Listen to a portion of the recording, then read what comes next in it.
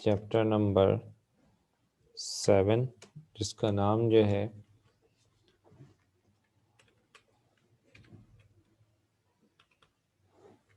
वो है circular motion and gravitation.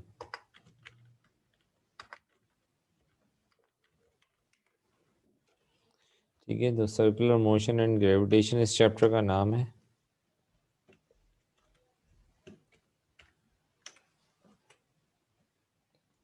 इसमें दो चीज़ें पढ़ाई गई हैं, एक सर्कुलर मोशन को पढ़ाया गया है और साथ में ग्रेविटेशन को पढ़ाया था। सर्कुलर मोशन आप पहले पढ़ चुके हैं चैप्टर नंबर 3 के अंदर। चैप्टर नंबर 3 में हमने सर्कुलर मोशन पढ़ा था, तो यहाँ पर दोबारा है, लेकिन कुछ चीज़ें हैं जो ज़रा डिटेल के अंदर इसमें डिस्कस की जाएंगी कि सर्कुलर मोशन क्या होती है। तो उसमें जो सबसे पहला टॉपिक है सर्कुलर मोशन के अंदर, वो है, पहले सर्कुलर मोशन देख लें क्या होती है। अगर आपको याद हो तो सर्कुलर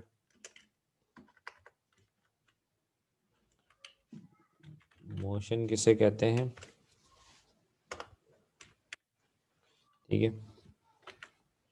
थोड़ा सा इसकी सेटिंग में कर दूं ताकि ये देखने में बेहतर लगे और स्क्रीन पे आपको ज़्यादा फैला हुआ ना लगे। ठीक है, डेफिनेशन लिख रहा हूँ कि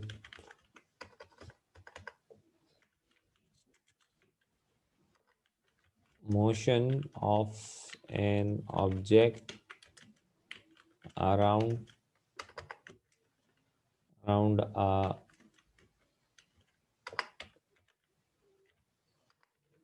circular path is called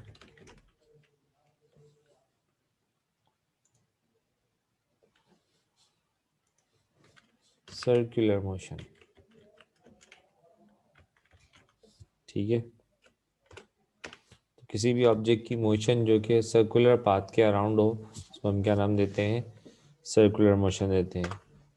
ठीक, नाम देते हैं। लेकिन यूनिफॉर्म सर्कुलर मोशन क्या होती है। यूनिफॉर्म सर्कुलर मोशन का मतलब है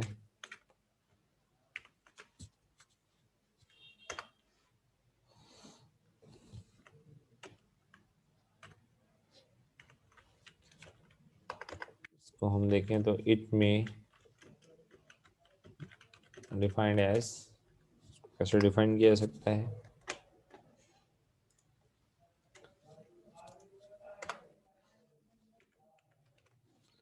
ठीक है, motion along a circular path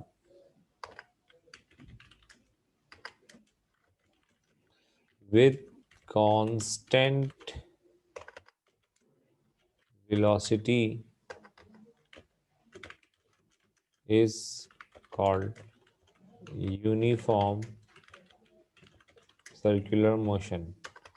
इसको हम क्या कहते हैं, यूनिफॉर्म सर्कुलर मोशन का नाम देते हैं। मोशन कोई ऑब्जेक्ट कर रहा हो, हरकत कर रहा हो, लेकिन किस तरह से हरकत कर रहा हो कि उसकी जो मोशन है उसकी वेलोसिटी चेंज ना हो रही हो, तो ऐसी मोशन जो कि सर्कुलर पाथ पर हो लेकिन यूनिफॉर्म स्पीड के साथ हो, तो ऐसी मोशन को हम कहते हैं यूनिफॉर्म सर्कुलर मोशन। ठीक है, और इसके अंदर जो है सबसे बेस्ट एग्जाम्पल जो होती है वो है ज़मीन की। ठीक है ना, ज़मीन जो है वो चक्कर लगा रही है सर्कुलर पाथ पे, और जब से वो चक्कर लगा रही है, जब से उसकी जो वेलोसिटी है वो चेंज ही नहीं होती, इसलिए ज़मीन को जो है हम कह सकते हैं कि वो क्या है, वो यूनिफॉर्म सर्कुलर मोशन परफॉर्म कर रही है, जैसे आपके सामने डायग्राम में भी नज़र आ रहा है। ठीक है, तो इसमें भी आपको क्या दिख रहा है कि ज़मीन जो है वो यूनिफॉर्म सर्कुलर मोशन परफॉर्म कर रही है। इसमें सवाल नहीं है, ये एग्जाम्पल है। ठीक है, तो बीच में जमीन है और उसके चारों तरफ चांद है। जमीन के चारों जानिब क्या मौजूद है? चांद मौजूद है जो उसके गिर्द चक्कर लगा रहा है, और जमीन भी खुद भी जो है वो चक्कर लगा रही है कि सूरज के गिर्द। अस्सलाम वालेकुम सर जी, अभी शुरू हुआ है ना सर? जी, अपना टाइम पे 8:16 पे क्लास शुरू हुई है। ठीक है ठीक है, ठीक मैं है, कब से कनेक्ट करा तो हो नहीं रहा था। वो नेट का मसला होता है, नेट की प्रॉब्लम होती है। ठीक है सर जी, ठीक है। तो क्या हो गया जी, जमीन के गिर्द चारों तरफ जो है आपको डायग्राम में नजर आ रहा है कि चांद जो है वो जमीन के गिर्द चक्कर लगा रहा है। बिल्कुल इसी तरीके से जमीन खुद भी जो है वो चक्कर लगा रही है सूरज के गिर्द। ठीक है, और जितने भी हमारे प्लैनेट्स हैं वो क्या कर रहे हैं? चक्कर लगा रहे हैं, मूव कर रहे हैं। किस तरह से मूव कर रहे हैं? इसी तरीके से मूव कर रहे हैं जैसे ज़मीन मूव कर रही है। ठीक है, मैं कोशिश करता हूँ एक एग्जांपल आपको और दिखा दूँ। ये जैसे आपको ये डायग्राम नज़र आ रही है, इस डायग्राम में आपको बहुत सारे प्लैनेट दिख रहे हैं। ये सारी जो एग्जांपल्स हैं, ये झूला होता है, सर्कुलर राइड होती है जिस पे लोग मेले वगैरह में जाते हैं, तो उसमें जाके वो एंजॉय कर रहे होते हैं, राइड ले रहे होते हैं, झूला झूल रहे होते हैं। ठीक है, सर्कुलर ट्रैक है, सर्कुलर ट्रैक पे लोग घूम रहे होते हैं। अगर वो यूनिफॉर्म स्पीड के साथ अगर चक्कर लगाते हैं शुरू कर दें, तो ये आपको सोलर सिस्टम नज़र आ रहा है। सोलर सिस्टम में जो सन एंड प्लैनेट्स लिखा हुआ है, जैसे कि मैं इस पर पॉइंटर से आपको बता देता हूँ। चले, ये देखिए, ये वाली एग्जांपल आपको नज़र आ रही है, इसमें सन और प्लैनेट्स जो हैं, सन अपनी जगह पे फिक्स है और सारे प्लैनेट्स जो हैं वो ज़मीन का पोजीशन जो है वो थर्ड पोजीशन पर है, ज़मीन। ठीक है, तो ये सारे प्लैनेट ज़मीन के साथ चक्कर लगा रहे हैं, और ये ज़मीन नज़र आ रही है, उसके साथ जो है सेकंड अर्थ एंड मून। तो मून कितना छोटा सा है ज़मीन के मुकाबले में, आपको नज़र आ रहा होगा। ठीक है, एटम्स हैं, इलेक्ट्रॉन। तो ये सारी मोशन जो है, ये सारी एग्जांपल्स किसकी हैं? ये हैं यूनिफॉर्म सर्कुलर मोशन। बस इसमें कंडीशन क्या हो जाती है कि अगर कोई भी ऑब्जेक्ट यूनिफॉर्म सर्कुलर मोशन जब कहलाएगा, जब उसको हम यूनिफॉर्म सर्कुलर मोशन कहेंगे, जब जो है उसकी जो मोशन है उसमें वेलोसिटी क्या रहे? कांस्टेंट वेलोसिटी हो जाए। इसको मैं रेड कलर से कर दिया है कलर, ताकि आपको समझ में आ जाए। तो जब कोई object uniform circular motion perform करता है तो उसके अंदर करेक्टरिस्टिक्स क्या आ जाती हैं कि उसकी वेलोसिटी कांस्टेंट हो जाती है। जब वेलोसिटी कांस्टेंट हो जाती है तो वही सर्कुलर मोशन जो है वो कन्वर्ट हो जाती है किसमें? यूनिफॉर्म सर्कुलर मोशन में। तो आई होप आपकी समझ में आ गई होंगी ये बातें। ठीक, अब जो है कुछ चीज़ें हैं जो कि हमें देखनी है कि सर्कुलर मोशन के अंदर जो है, जब कोई object uniform circular motion perform करता है तो उसके अंदर क्या क्या चीज़ें जनरेट हो जाती हैं, उसमें कौन कौन सी फिजिकल कैरेक्टरिस्टिक्स हैं जो उसके अंदर जनरेट हो जाती हैं। ठीक है, तो यहाँ पर मैं आपको एक डायग्राम और शेयर करने वाला हूँ, लेकिन उससे पहले मैं टॉपिक का नाम मैं लिख देता हूँ। जो अब हम टॉपिक पढ़ने आ रहे हैं उसको हम पढ़ेंगे, उसका नाम है सेंट्रीपिटल एक्सेलरेशन। ठीक है, तो हमारा जो टॉपिक है उसका नाम है सेंट्रीपिटल एक्सेलरेशन, और इसको हम कैसे डिफाइन करेंगे? इट में डिफाइन, इसको डिफाइन करने का क्या तरीका है? वो तरीका ये है कि डेफिनेशन लिख रहे हैं हम यहाँ पे कि when ever an object moves along a circular path, it experiences an acceleration which is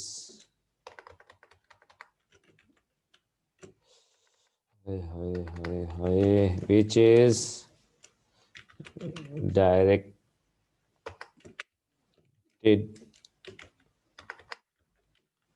towards the center of circular path। ठीक है, this acceleration is called centripetal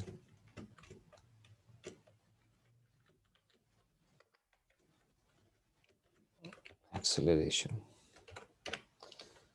ठीक है, जब कोई ऑब्जेक्ट सर्कुलर पाथ पे मूव करता है तो वो एक ऐसा एक्सेलरेशन एक्सपीरियंस करता है जिसकी डायरेक्शन हमेशा सर्कुलर पाथ के सेंटर की जानिब होती है। इस एक्सेलरेशन को हम क्या नाम देते हैं? Centripetal acceleration.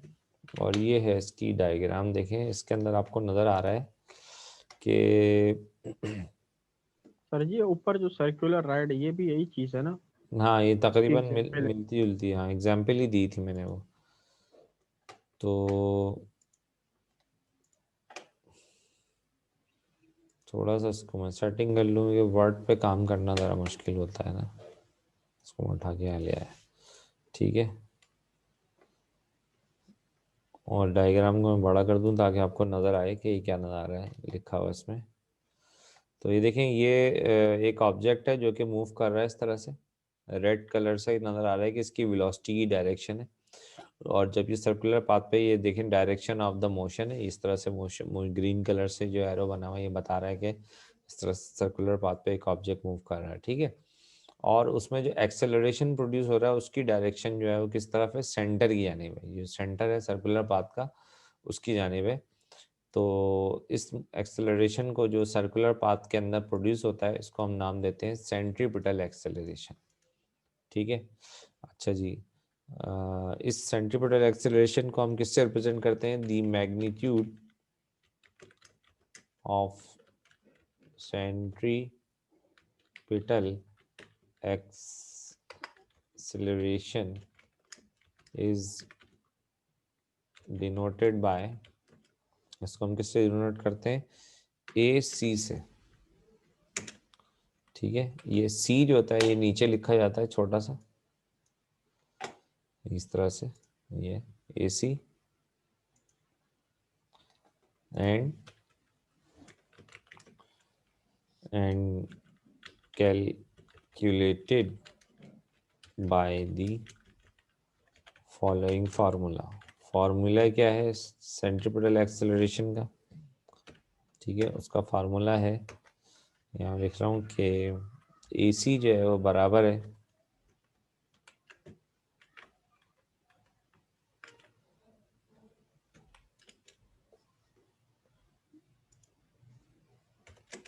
We square upon are के, ठीक है। ये इसका फार्मूला है। तो वी स्क्वायर क्या है?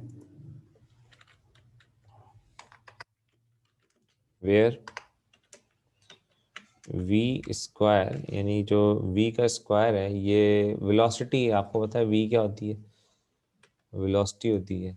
V square is the square of the velocity of motion of object। Object की जो भी मूविंग वेलोसिटी है या मोशन की वेलोसिटी है उसका स्क्वायर है। एंड हाँ, and R is the radius of motion. ये रेडियस ऑफ सर्कुलर पाथ कह लें, ठीक है। तो सर्कुलर पाथ है जिस पे ऑब्जेक्ट मूव कर रहा है उसका रेडियस जो है वो क्या कहलाएगा? आर कहलाएगा यहाँ पे, ठीक है। तो ये सेंट्रीपिटल एक्सेलरेशन की वैल्यू है। खास आखिर में एक बात हम लिखते हैं, the direction of centripetal acceleration is always towards the center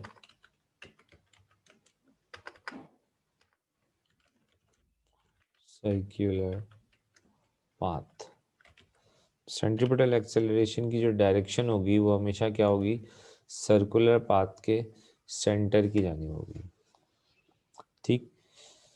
अच्छा जी, सर्कुलर पाथ के अंदर जो एक्सेलरेशन प्रोड्यूस हो रहा है वो चेंज इन वेलोसिटी की वजह से पैदा हो रहा है, और चेंज इन वेलोसिटी किस वजह से? अभी हमने कहा कि वेलोसिटी चेंज नहीं हो रही बल्कि वो क्या है, कांस्टेंट है, ठीक है ना। अभी हमने आपको बताया कि जो वेलोसिटी है वो कांस्टेंट है, लेकिन फिर भी हम कह रहे हैं कि यहाँ पर एक्सेलरेशन प्रोड्यूस हो रहा है, तो उसकी क्या वजह है? तो उसकी वजह जो है वो ये है कि वेलोसिटी की फिजिकल क्वांटिटी तो चेंज नहीं हो रही है, यानी उसका मैग्नीट्यूड तो चेंज नहीं हो रहा है, लेकिन उसकी डायरेक्शन क्या हो रही है, चेंज हो रही है। तो velocity is supposed to be changing not because of change in its magnitude but because of change in its direction। तो डायरेक्शन के चेंज होने की वजह से हम ये सपोज कर रहे हैं कि velocity क्या हो रही है, चेंज हो रही है, और whenever velocity changes it leads to an acceleration। जब कभी भी velocity चेंज होती है तो वो एक acceleration प्रोड्यूस करती है, और इस acceleration को जो सर्कुलर पाथ के ऊपर है उसको हम नाम देते हैं सेंट्रीपिटल एक्सेलरेशन, ठीक है। याद रखिए जो लीनियर मोशन होती है, लीनियर मोशन होती है उसके अंदर जो एक्सेलरेशन होता है उसको हम क्या बोलते हैं, लीनियर एक्सेलरेशन कहते हैं, ठीक है। और लीनियर एक्सेलरेशन को हम किससे रिप्रेजेंट करते हैं, सिर्फ ए से, या सिंपल ए से हम रिप्रेजेंट करते हैं। लेकिन जो सर्कुलर मोशन होती है, सर्कुलर मोशन है, इसके अंदर जो एक्सेलरेशन होगा उसको हम नाम देंगे, वो सर्कुलर मोशन नहीं कहलाता, वो कहलाता है सेंट्रीपिटल